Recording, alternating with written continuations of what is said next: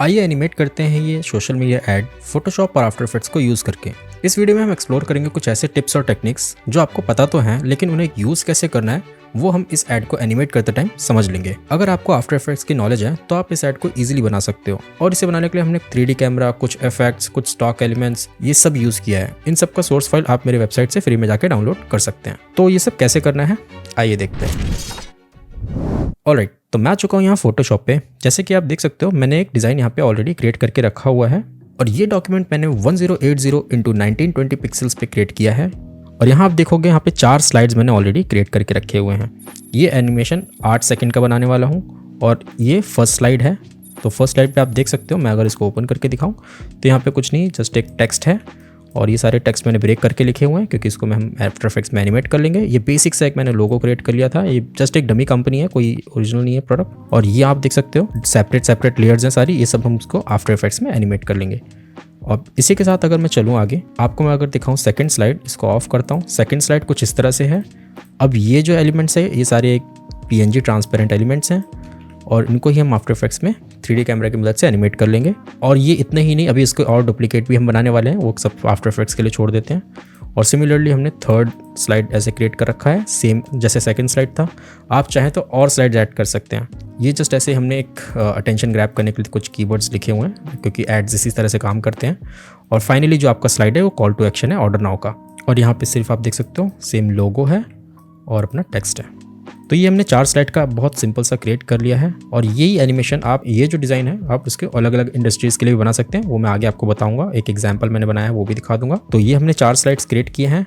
अब इसको ले चलते हैं सीधा आफ्टर इफेक्ट्स में। तो मैं PSD को सेव कर लेता हूँ। ऑलराइट, तो मैं आ चुका हूँ यहाँ आफ्टर इफेक्ट्स में। सबसे पहले वो PSD फाइल इंपोर्ट कर लेते हैं। तो मैंने वो PSD यहाँ पे इंपोर्ट कर ली। यहाँ पे हमसे 2 चीज़ें पूछेगा। हमें यहाँ पे सेलेक्ट करना है कॉम्पोजिशन रिटेन लेयर साइज और एडिटेबल लेयर स्टाइल्स, और यहाँ पे सिंपली ओके कर दो। तो आप देख सकते हो हमारे पास ये फाइल आ गई। यहाँ पे मैं एक न्यू जल्दी से वो बना लेता हूँ कॉम्पोजिशन। यहाँ पे लिख देते हैं फाइनल वीडियो। कॉम्पोजिशन का साइज़ जो मैंने आपको बताया था, जो हमने एग्जैक्ट रखा था फोटोशॉप पे, वही रखेंगे 1080 इंटू 1920। और ये 9:6 रेशियो ऑटोमेटिक ले लेता है। यहाँ पे मेरे को करना है 8 सेकेंड का ड्यूरेशन। और अभी बैकग्राउंड कोई भी छोड़ते हैं और इसको ओके कर देते हैं। तो ये हमारा एक बेसिक सा कॉम्पोजिशन बन गया। अब मैं ये बेरी वाली PSD है, इसको ले आता हूँ और इसको डबल क्लिक करूँगा तो सेम ऑर्डर पे आप देखोगे जैसे हमने फोटोशॉप पे क्रिएट किया था वो फाइल यहाँ पे इंपोर्ट हो चुकी है। और जो ग्रुप के रखे थे मैंने लेयर, वो हमें कॉम्पोजिशन मिल चुका है। अब मैं इसको ज़रा ऑन कर लेता हूँ तो देखोगे ये सारे इस तरह से दिख रही हैं क्योंकि ये सारी हाइड हमने फोटोशॉप पे भी की थी, तो यहाँ पे भी हाइड हो चुकी है। ये बैकग्राउंड है। सबसे पहले इस बैकग्राउंड को एनिमेट करते हैं। बैकग्राउंड एनिमेशन के लिए ये बैकग्राउंड तो मैंने एक रेफरेंस के लिए फोटोशॉप में बना लिया था। अब यहाँ पे हम अपना बैकग्राउंड डालने वाले हैं। तो मैं सिंपली Ctrl+Y प्रेस करूँगा जिससे एक सॉलिड आ जाएगा। यहाँ पे अभी कोई भी कलर ले लेते हैं। मेक कॉम्प साइज कर लेता हूँ, इसको मैं ओके करता हूँ और मैं सबसे नीचे ले आता हूँ। यहाँ पर मैं इसमें इफेक्ट डालूँगा ग्रेडियंट रैम्प। और यहाँ पे मैं कलर ले लेता हूँ। 2 वैल्यूज़ होती है हमारे पास, तो मैं यहाँ पे एक कलर ये लाइट वाला ले लेता हूँ यहाँ कॉर्नर से, और दूसरा कलर ये बॉटम में से ले लेता हूँ। और ये सिंपली ये वाले बैकग्राउंड डिलीट कर देते हैं। तो आप देखोगे वो इसमें आ गया है। अब इस बैकग्राउंड को मुझे हल्का सा एनिमेशन देना है। तो इसके लिए मैं क्या करूँगा, यहाँ इफेक्ट्स कंट्रोल के अंदर आके स्टार्ट ऑफ रैम्प में जो ये स्टॉप वॉच दिख रहा है, इसमें ऑल्ट को होल्ड करके क्लिक करूँगा। अब यहाँ पे मेरे को बेसिक सा एक्सप्रेशन लिखना है। तो एक्सप्रेशन है विगल। यहाँ पे मेरे को वैल्यू देनी है। तो यहाँ पे वैल्यू हो जाएगी 0.5, 3000। अब आप यहाँ पे देखोगे हल्का हल्का सा एनिमेशन हो रहा है, ये हल्का हल्का सा मूव हो रहा है। ये एंड तक होता रहेगा, जितनी बड़ी आपकी कॉम्पोजिशन है उतना बड़ा ये एनिमेशन होता रहेगा। अब इसके बाद हमें सबसे पहले कॉम्पोजिशन साइज़ देखना है क्योंकि हमने इसको बाद में इंपोर्ट किया था। तो यहाँ पे 3 ड्यूरेशन दिखा रहा है, हमें 8 रखना है। तो मैं इसको पहले 8 कर देता हूँ, तो आप देखोगे ईजिली। और इन सबको हमें वैसे और कम करना है, तो मैं इसको पहले स्प्लिट कर लेता हूँ। तो मुझे यहाँ पे, तो यहाँ देख सकते हो आप 2 सेकंड तक हमें इसको एनिमेट करना है। तो मैं इन सबको सेलेक्ट करके Ctrl+Shift+D प्रेस करूँगा और डिलीट कर दूँगा, तो ये स्प्लिट हो जाएंगी। और बैकग्राउंड को हम कर देते हैं एक्सटेंड पूरा एंड तक। और यहाँ पे इसको लॉक कर देते हैं क्योंकि बैकग्राउंड पे अब हमें कुछ नहीं करना। और अब मैं इसको डिस्ट्रीब्यूट कर लेता हूँ पूरे टाइमलाइन पे। तो और इसके बाद मैं सबको ऑन कर लेता हूँ। तो आप देख सकते हो फर्स्ट स्लाइड ये है हमारी, सेकेंड, थर्ड, फोर्थ। ऑलराइट, तो सबसे पहले स्टार्ट करते हैं फर्स्ट स्लाइड से। तो फर्स्ट स्लाइड्स को डबल क्लिक करूँगा तो मैं इसके अंदर आ जाऊँगा और यहाँ पे आप देख सकते हो वो सारी लेयर्स अगेन जैसे फोटोशॉप में थी वैसे यहाँ पे आ गई हैं। तो स्टार्ट करते हैं इस जार वाली बॉटल को एनिमेशन करना। तो मैंने ये बॉटल लेयर सेलेक्ट करी और यहाँ पर मैं सिंपली P प्रेस करूँगा और यहाँ पे कुछ की फ्रेम्स आगे आके, लेट्स से 15 फ्रेम्स आगे आके यहाँ पे एक की फ्रेम क्रिएट कर दूंगा और फर्स्ट पे आके मैं इसको थोड़ा सा फ्लोट कर लूँगा, ऊपर ले जाऊँगा। ओके, तो आप देखोगे ये कुछ इस तरह से आया और अब मेरे को यहाँ पर जंप कराना है हल्का सा। तो यहीं पे मैं एक की फ्रेम और क्रिएट कर लेता हूँ और बीच में थोड़ा सा इसको मैं, और यहाँ पर मैं लेयर को सेलेक्ट करके शिफ्ट के साथ R प्रेस करूँगा तो आप देखोगे रोटेशन टूल खुल जाएगा और यहाँ पे मैं इस पर की फ्रेम इनेबल कर देता हूँ और इस की फ्रेम को फर्स्ट पे ले आता हूँ और फिर से मैं यहाँ पे एंगल दे देता हूँ 2 डिग्री और वापस से लास्ट में जाके इसको हम रीसेट कर देते हैं। ओके, तो अब यहाँ पे देखोगे कुछ इस तरह से बाउंस हुआ। थोड़ा सा मैं इसको एडजस्ट कर लेता हूँ। तो अब मैं इस सारी की फ्रेम्स को सेलेक्ट कर रहा हूँ। यहाँ पे मैं कीबोर्ड में F9 प्रेस करूँगा जिससे सारी की फ्रेम्स ईज हो जाएंगी। यहाँ पे मैं फर्स्ट 2 की फ्रेम को सेलेक्ट करके यहाँ ग्राफ एडिटर पे जाके यहाँ पे आप देखोगे कुछ मैं इस तरह से इनको स्पीड को इन्फ्लुएंस कर दूंगा। तो यहाँ देखोगे कुछ इस तरह से आया, ये स्लोली ड्रॉप हुआ और फिर ये बाउंस हुआ और अभी मेरे को इसका थोड़ा सा और एडजस्टमेंट करनी पड़ेगी। मुझे लग रहा है कि काफ़ी स्लो है, तो अभी के लिए ठीक है, आगे हम और उसमें एडजस्टमेंट करते रहेंगे। और इसके बाद मैं क्या कर रहा हूँ, मैं ये सारी लेयर्स को सेलेक्ट कर रहा हूँ, फ्रूट वाली लेयर्स को, जो भी फ्रूट और लीव्स हैं। तो ये मैंने 4 लेयर्स को सेलेक्ट कर लिया है और यहाँ पर मैं सिंपली P प्रेस करूँगा और यहाँ पे मैं P पे एक की फ्रेम लगा दूंगा और इन सारी की फ्रेम्स को थोड़ा सा और आगे ले जाता हूँ। अब मैं इनको थोड़ा सा एक एक करके हल्का हल्का सा स्लाइड कर लेता हूँ, शिफ्ट को होल्ड करके। तो आप देखोगे कुछ इस तरह से आई। अब मुझे इन की फ्रेम्स को आगे पीछे करना है ताकि ये एक साथ ना लगे, तो मैं इसको कुछ इस तरह से कर देता हूँ। ऑलराइट, अब मैं इस सारी की फ्रेम्स को सेलेक्ट कर रहा हूँ। यहाँ पे मैं F9 प्रेस करूँगा तो आप देख सकते हो कुछ इस तरह से स्मूथली ये आई और फिर ये बॉटल भी जंप किया। ऑलराइट, तो आप देख सकते हैं हमने यहाँ पे कुछ ऐसा एनिमेशन कर लिया है। अब फाइनली मैं क्या करूँगा, इन सारी लेयर्स को सेलेक्ट करके यहाँ पे मैं मोशन ब्लर ऑन कर दूंगा। तो आप देख सकते हो कुछ इस तरह से आई। ऑलराइट, अब यहाँ पे बचा है टेक्स्ट, तो मैं इन टेक्स्ट को भी एनिमेशन कर लेता हूँ। अभी मैं इनको, हमें टेक्स्ट को टेक्स्ट में भी कन्वर्ट कर सकते हैं लेकिन करने की ज़रूरत नहीं है क्योंकि मैं इसमें कोई वैसा इफेक्ट नहीं डालने वाला हूँ, तो वैसे मैं कर देता हूँ। तो आप देख सकते हो ये रेडी फॉर ऐसे ही रहेगा, ये यहाँ से आएगा, ये यहाँ से आएगा। यहाँ पे मैं इन दोनों लेयर्स को सेलेक्ट करके P प्रेस कर रहा हूँ, पोजीशन क्रिएट कर रहा हूँ की फ्रेम, और इस बेरी वाली लेयर को की फ्रेम थोड़ा सा आगे भेज देता हूँ और यहाँ से मैं इसको फ्रेम से बाहर ले आता हूँ। तो आप देखो कुछ इस तरह से आया। सिमिलरली मेरे को कुछ इस तरह से इस पर भी करना है, तो मैं इस की फ्रेम को यहाँ पे ले आता हूँ और फिर से वापस आके मैं इनको फ्रेम से बाहर ले जाता हूँ लाइक दिस। तो अब आप देखोगे कुछ इस तरह से आया फर्स्ट और सेकंड। थोड़ा सा मैं इसमें और गैप दे देता हूँ और यहाँ पे मैं की फ्रेम्स को सेलेक्ट करके F9 प्रेस कर रहा हूँ। ओके,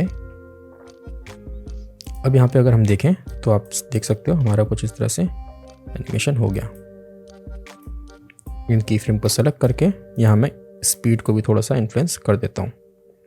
तो अब देखेंगे हम यहाँ पे ये बॉटल बाउंस हुई और फिर ये हमारा टेक्स्ट आ गया, यहीं से हमारा ट्रांजिशन हो जाएगा। थोड़ा सा मैं इस पर भी कर देता हूँ, रेडी फॉर वाले को भी। तो यहाँ पे भी मैं सिंपली P प्रेस कर रहा हूँ, यहाँ पे मैं की फ्रेम इनेबल कर रहा हूँ, फर्स्ट की फ्रेम पे जा रहा हूँ और यहाँ पे मैं थोड़ा सा इस पर नीचे कर देता हूँ कुछ इस तरह से, तो ये कुछ इस तरह से ऊपर आएगा और यहाँ पे भी सिंपली ईज कर देता हूँ और ये आप देख सकते हो कुछ इस तरह से आया और यहाँ पे हमारा एक ट्रांजिशन आ जाएगा। तो अब करते हैं सेकंड स्लाइड। तो सेकंड स्लाइड पे मैं यहाँ पे आता हूँ, इन सबको एनिमेशन देना है 3D की मदद से।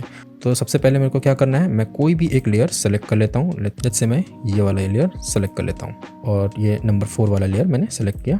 यहाँ पे मैं R प्रेस करूँगा और यहाँ पे स्टॉप वॉच पे ऑल्ट को होल्ड करके एक एक्सप्रेशन लिखूँगा, टाइम इनटू 10। ओके, तो अब आप देखोगे ये वहीं पे रोटेट होता रहेगा जितना बड़ा हमारा कॉम्पोजिशन है। सिंपली मैं इस रोटेशन वाली लेयर पर जाके यहाँ पे मैं कॉपी एक्सप्रेशन ओनली कर रहा हूँ। अब यहाँ पे कंट्रोल ए से सब कुछ सेलेक्ट करके ये नंबर 4 पे हमने डाल दिया है तो नहीं डालना है, कंट्रोल को ही होल्ड करके मैंने डिसेलेक्ट कर लिया और फिर से मैं फ्रूट फ्यूजन को भी डिसेलेक्ट कर लेता हूँ, जो हमने टेक्स्ट लिखा हुआ है उस पर भी नहीं डालना और यहाँ पे सिंपली कंट्रोल वी से पेस्ट कर देता हूँ। तो आप देखोगे सारी लेयर्स जो हैं वो रोटेट हो रही है कुछ इस तरह से।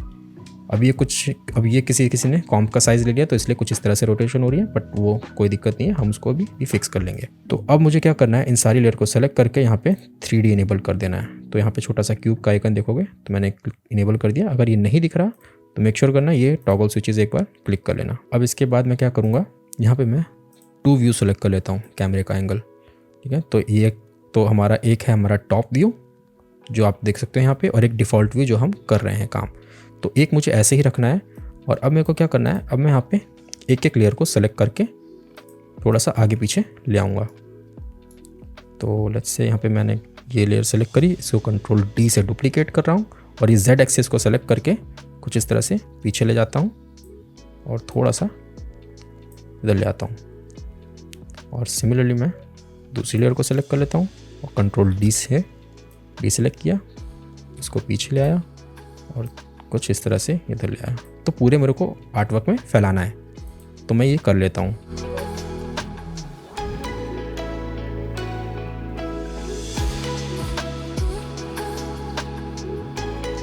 ऑलराइट, तो यहाँ पे मैंने थोड़ा बहुत लेयर्स कुछ इस तरह से लगा लिया। अगर आपको इसको और क्लियरली देखना है तो आप क्या कर सकते हो, यहाँ ऑर्बिट टूल पे जाओगे और अगर यहाँ पे देखोगे कुछ इस तरह से तो आप देख सकते हो ये हमें कुछ इस तरह से दिख रही हैं। मैंने कुछ आगे पीछे इन्होंने किया हुआ है। अब हमें क्या करना है, अब हमें लेना है कैमरा।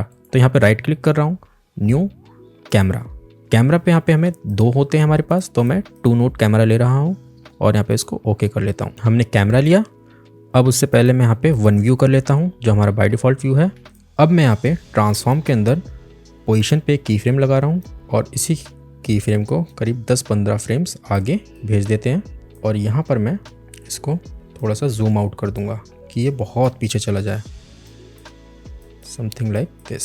और यहीं पे मैं साथ में रोटेशन का भी एक की फ्रेम इनेबल कर रहा हूँ, तो उसी पे हमें एक रोटेशन वाला की फ्रेम भी लगाना है और इसको यहाँ पे भेज देता हूँ और यहाँ पर मैं करीब 30 डिग्री रोटेट कर रहा हूँ लाइक दिस। तो आप देखो कुछ इस तरह से आएगा।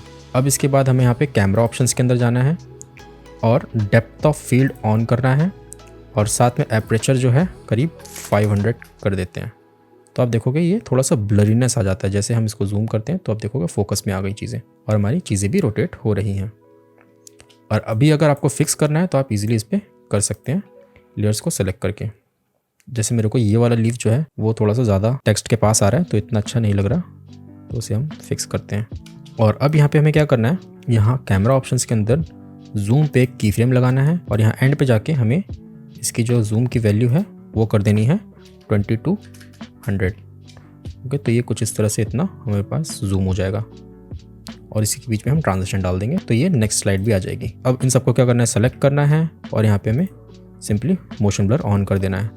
तो अब आप देखोगे कुछ इस तरह से हो गया और इन्हीं की फ्रेम्स को यू सेलेक्ट कर रहा हूँ, की फ्रेम्स ओपन हो जाएंगी हमारे पास और इन सारी की फ्रेम्स को सेलेक्ट करके ये ऊपर वाली जो हमने पोजीशन वाली है सिंपली F9 प्रेस कर रहा हूँ। तो आप देखोगे कुछ इस तरह से आएंगी। तो अब चलते हैं वापस से इस PSD वाली लेयर पे। तो आप देखोगे कुछ इस तरह से आया। तो अभी आप देखोगे यहाँ पे डायरेक्ट ही सेकंड स्लाइड आ रही है, वो एनिमेशन नहीं आ रहा। तो इसके लिए हमें क्या करना है, यहाँ पे आप ये छोटा सा ऑप्शन देखेंगे, इस ऑप्शन को डीसेलेक्ट कर देना तो ये ईजिली आ जाएगा। आप देख सकते हो कुछ इस तरह से आया। और अभी मेरे को लगता है ये ज़्यादा स्लो है, थोड़ा सा इसको मैं फास्ट कर सकता हूँ सिंपली की फ्रेम्स को नज़दीक लाके। तो कुछ इस तरह से हमने कर लिया। तो आप देख सकते हैं हमारा कुछ इस तरह से आया। और अब हमें ये वाला स्लाइड भी करना है, तो जल्दी से मैं इस स्लाइड पे भी वो 3D वाला एनिमेशन डाल देता हूँ। तो सबसे पहले मैं इन सबको सेलेक्ट करूँगा और यहाँ पे मैं टेक्स्ट वाली लेयर को डीसेलेक्ट करके कंट्रोल V से पेस्ट कर लेता हूँ जो हमारे पास एक्सप्रेशन था। तो आप देखोगे वो एक्सप्रेशन सब में आ चुका है और ये सब राउंड हो रहा है धीरे धीरे। और इसी के साथ में सबसे पहले मैं इन सबको सेलेक्ट करके यहाँ पे कैमरा ऑप्शन इनेबल कर रहा हूँ और अब मैं यहाँ पे वो लेयर्स को डुप्लीकेट कर करके आगे पीछे ले आता हूँ।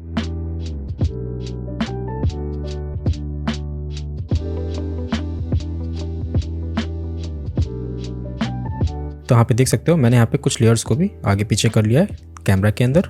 अब यहाँ पे मैं वन व्यू कर रहा हूँ, यहाँ पे मैं एक कैमरा क्रिएट कर रहा हूँ।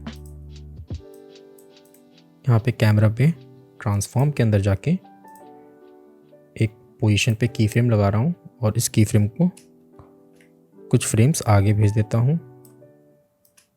यहाँ पे हमारी एनिमेशन रुकेगी और यहीं पे मैं एक रोटेशन का की फ्रेम भी इनेबल कर रहा हूँ और फर्स्ट की फ्रेम पे जाके इसको कुछ इस तरह से ले जाता हूँ और यहीं पे रोटेशन भी मैं 30 डिग्री कर देता हूँ।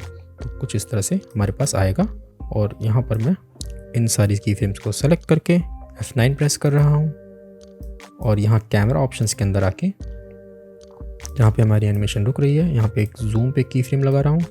कुछ की फ्रेम आगे आके यहाँ पे मैं इसकी वैल्यू कर देता हूँ 2200। ऑलराइट, तो आप देखोगे ये जूम भी होगा इस तरह से।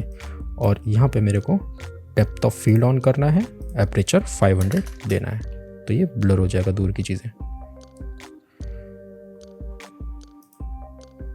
ओके, लेकिन इससे पहले मेरे को बैकग्राउंड जो है कुछ इस तरह से आ रहा है, थोड़ा सा बैकग्राउंड की वैल्यू भी मेरे को बढ़ानी पड़ेगी जिससे, तो ये 3000 किया है हमने, इसको हम कर देते हैं 5000। ठीक है, तो ये और स्लो हो जाएगा और यहाँ पे मैं इसको वापस से लॉक कर देता हूँ। अब चलते हैं फोर्थ स्लाइड पे। फोर्थ स्लाइड हमारा कुछ इस तरह से है, इसी को हमें एनिमेट करना है। तो ये हमें ज़्यादा एनिमेशन नहीं करना, सिंपली पोजीशन एनिमेशन कर देता हूँ मैं और की फ्रेम लगा के इसको हम नीचे से ले आते हैं फ्रेम के बाहर से कुछ इस तरह से। यहाँ पे मैं F9 प्रेस करूँगा, इन की फ्रेम्स को सेलेक्ट करके ग्राफ एडिटर पे जाके थोड़ा सा मुझे ये स्पीड को भी इन्फ्लुएंस करना है, लेंथ भी बढ़ा देता हूँ। तो आप देख सकते हो कुछ इस तरह से हुआ। अब इसके बाद मेरे को ये टेक्स्ट लेयर भी एनिमेट करना है। अब ये 2 टेक्स्ट लेयर हैं, बट मेरे को दोनों को अलग अलग एनिमेट नहीं कर रहा हूँ क्योंकि मेरे को ज़्यादा एनिमेशन नहीं देनी है।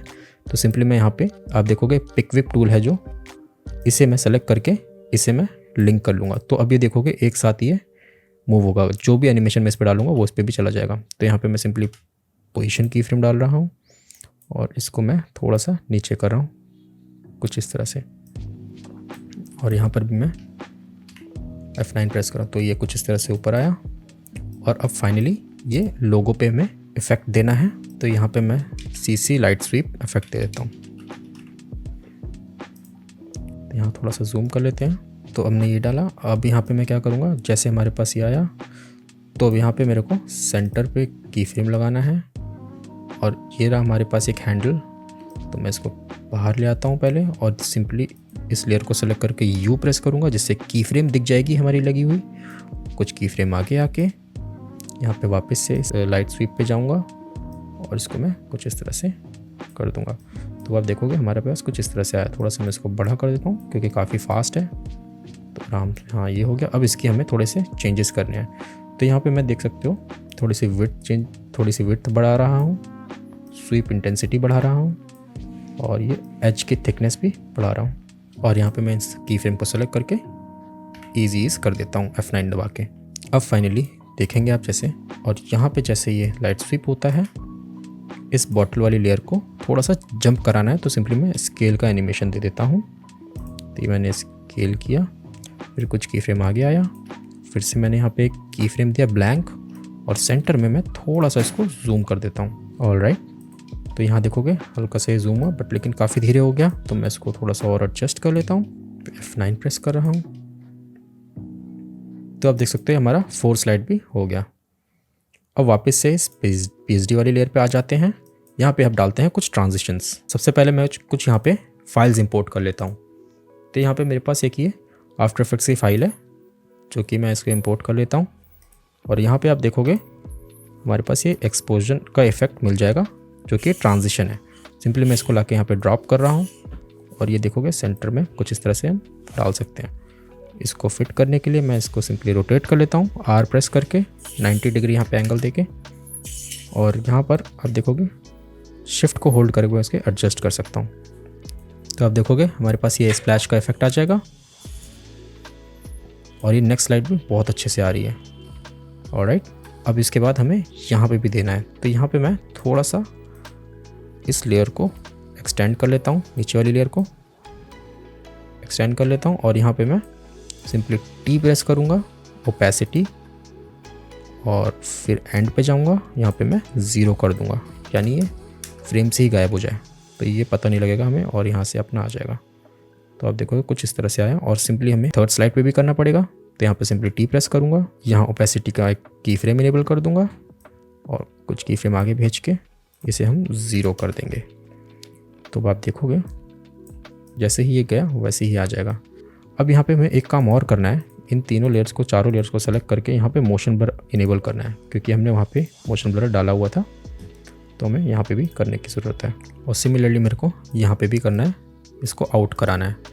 तो यहाँ पे मैं सिंपली एक ब्लैंक की फ्रेम डालूंगा, यहाँ पे हमारी एनिमेशन रुकेगी और एंड पे जाके इसको 0 कर दूंगा, इसकी वैल्यू ओपेसिटी की। तो आप देखोगे कुछ इस तरह से हुआ और ये हमारे पास आ गया। अब मैं यहाँ पे 1-2 फाइल और इंपोर्ट कर लेता हूँ, जो कि हमें फाइनल टचअप देने हैं। तो यहाँ पे मैं 2 फाइल्स और इंपोर्ट कर लेता हूँ और ये अब देखोगे हमारे पास ये वाटर स्प्लैश है कुछ इस तरह से, राइट।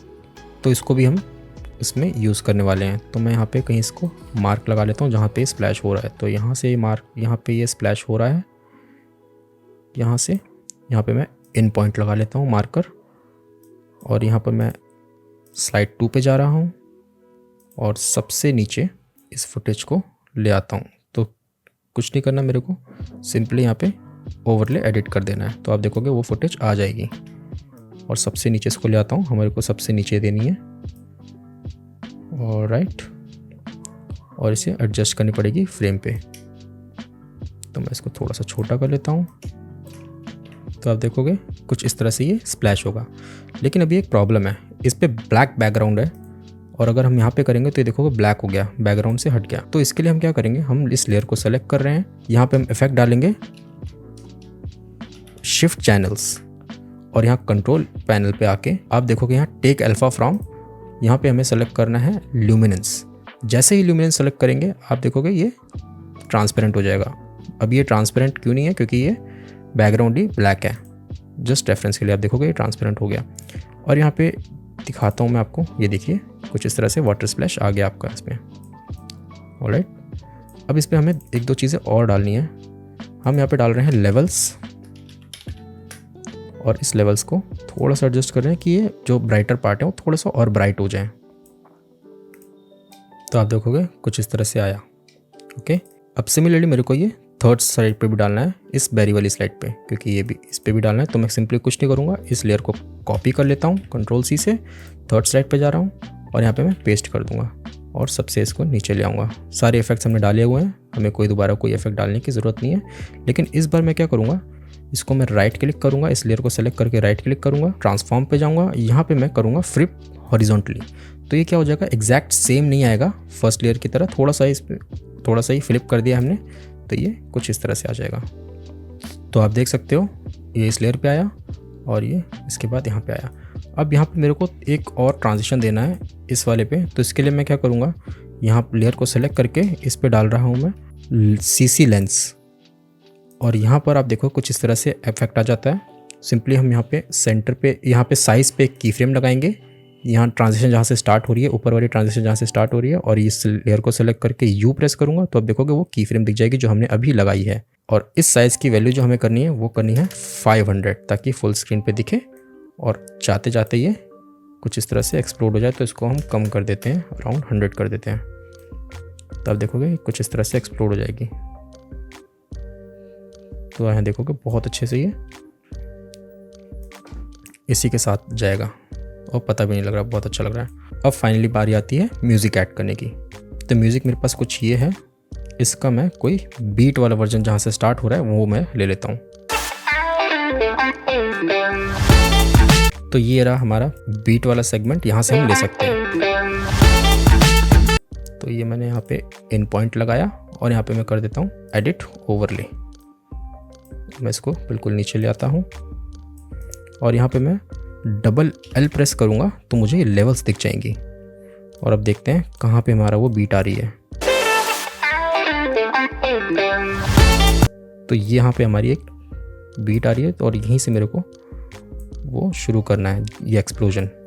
अब फाइनली यहाँ पे मैं एक आध एडजस्टमेंट कर रहा हूँ जो कि मैंने भी नोटिस किया है, उसको करके इसको रेंडर करते हैं।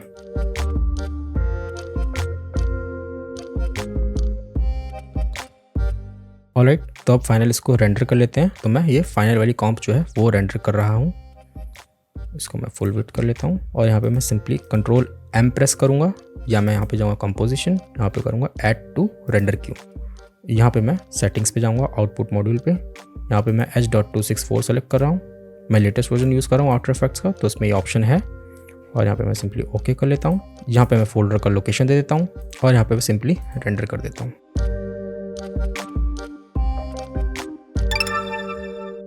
ऑलराइट, तो वीडियो रेंडर हो चुकी है। आइए इसको देख लेते हैं एक बार।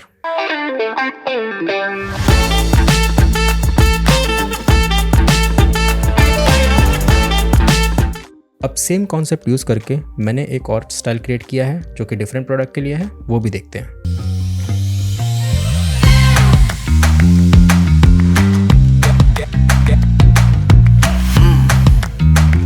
ऑलराइट, अगर आपको इस वीडियो से रिलेटेड कोई भी क्वेश्चन है तो आप मुझे कमेंट बॉक्स में पूछ सकते हैं। आई होप आपको ये वीडियो थोड़ी बहुत ज़रूर समझ में आई होगी। अगर आपको ये वीडियो अच्छी लगी तो आप इस वीडियो को लाइक कर सकते हैं और मेरा कंटेंट अच्छा लगता है तो चैनल को सब्सक्राइब भी कर सकते हैं। मिलते हैं बहुत जल्दी नेक्स्ट वीडियो में, तब तक के लिए थैंक यू सो मच।